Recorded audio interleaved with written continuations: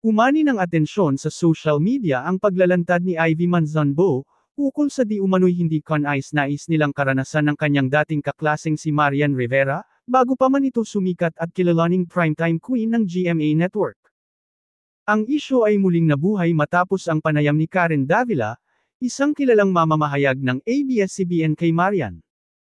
Sa naturang interview, napag-usapan ang tungkol sa mga taong nakaalitan ni Marian noong kabataan niya. Dito nagsimulang magingay ang social media matapos may ugnay ang pangalan ni Ivy sa kwento ng nakaraang sigalot. Ayon sa lumaganap na post ni Ivy sa Facebook, may pagkakataong nabuhusan daw siya ng soft drinks at sabunutan ni Marian Rivera, noong sila ay nasa high school pa lamang. Ang insidente umano ay nagsimula dahil sa isang maling impormasyon na naiparating kay Marian, dahilan upang mapagbuntunan si Ivy ng galit. Kalaunan, pareho raw silang dinala sa guidance office, sinuspinde, at tinanggal mula sa kanilang varsity team. Bagaman hindi naging maganda ang karanasan, nilinaw ni Ivy na pinatawad na niya si Marian Rivera, sa naging aksyon nito. Ayon sa kanya, naging magkaibigan sila ni Marian noong mga panahong iyon, ngunit mabilis daw itong napaniwala sa tsismis na pinagkalat ng isang kaklase nila. Dagdag pa niya, hindi na raw siya nagtanim ng sama ng loob at matagal na niyang kinalimutan ang nangyari. Hindi lang isang beses nangyari ang gusot nila.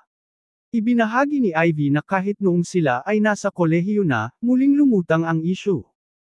Sinita raw niya si Marian Rivera noon, at sinabing, high school pa lang issue na yan, ngayon daladala mo pa rin. Bagamat tila matindi ang naging tensyon sa pagitan nila noon, naging malinaw sa pahayag ni Ivy na wala siyang layuning siraan si Marian Rivera. Dahil sa naging viral ang kanyang mga sinabi, nakatanggap si Ivy ng maraming reaksyon mula sa publiko. Sa kanyang kasunod na post, ipinaliwanag niyang hindi niya intensyon na pabagsakin si Marian o gumawa ng kontrobersya para sa pansariling kapakinabangan.